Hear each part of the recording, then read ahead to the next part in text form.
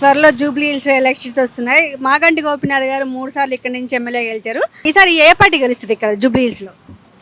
ఈసారి అంటే మరి ప్రజలలో కొంచెం కాంగ్రెస్ పట్ల కొంచెం నమ్మకం వెళ్ళిపోతుందండి. ఎందుకంటారా, వాళ్ళు చెప్పిన పని ఏది చక్కగా చేయట్లేరు. గ్యాస్ ఇస్తామన్నారు, గ్యాస్కి ఒక నెల రోజులు ఇచ్చారు డబ్బులు, తర్వాత గ్యాస్ డబ్బులు రావట్లేవు. ఓకే, ఆ తర్వాత మళ్ళీ స్కీమ్స్లలో డబల్ బెడ్రూమ్ ఇస్తామన్నారు, ఇప్పుడు దాకా అతపతా లేదు. అది కూడా కొంతమందికి ఇస్తున్నారు, కొంతమందికి ఇవ్వట్లేదు. ఇల్లు ఉన్న వాళ్ళకి ఇస్తున్నారు కానీ అసలు పేద వాళ్ళకి ఇవ్వట్లేరు. రెండోది. మూడోది ఏంటంటే ఇప్పుడు బతుకమ్మ శారీస్ అని ఇస్తున్నారు కదా, మరి కేసీఆర్ గారు అందరికీ కూడా చక్కగా రేషన్ కార్డు వైజ్ ఇచ్చారు. మరి కాంగ్రెస్ గవర్నమెంట్ వాళ్ళకి మేము ఓట్లేదా? ఓన్లీ డ్వాక్రా మహిళలకే ఇస్తామని అంటున్నారు. పోయిన సంవత్సరం కూడా అలాగే ఇచ్చారు. మరి ఇది అన్యాయమే కదా. మరి ప్రతి మహిళకి ఇవ్వాలి, అలా ఇస్తే బాగుంటుంది. అలా ఇవ్వకుండా ఓన్లీ డ్వాక్రా మహిళలకే మేము ఇస్తామని అంటున్నారు. ఎవరొచ్చినా కూడా వాళ్ళ మటుకి వాళ్ళు బాగు చేసుకొని వాళ్ళ వెనకాల వాళ్ళ వారసుల కోసం వెనకేసుకుంటున్నారు కానీ పబ్లిక్ కోసం ఎవ్వరూ పోరాడడం లేదు.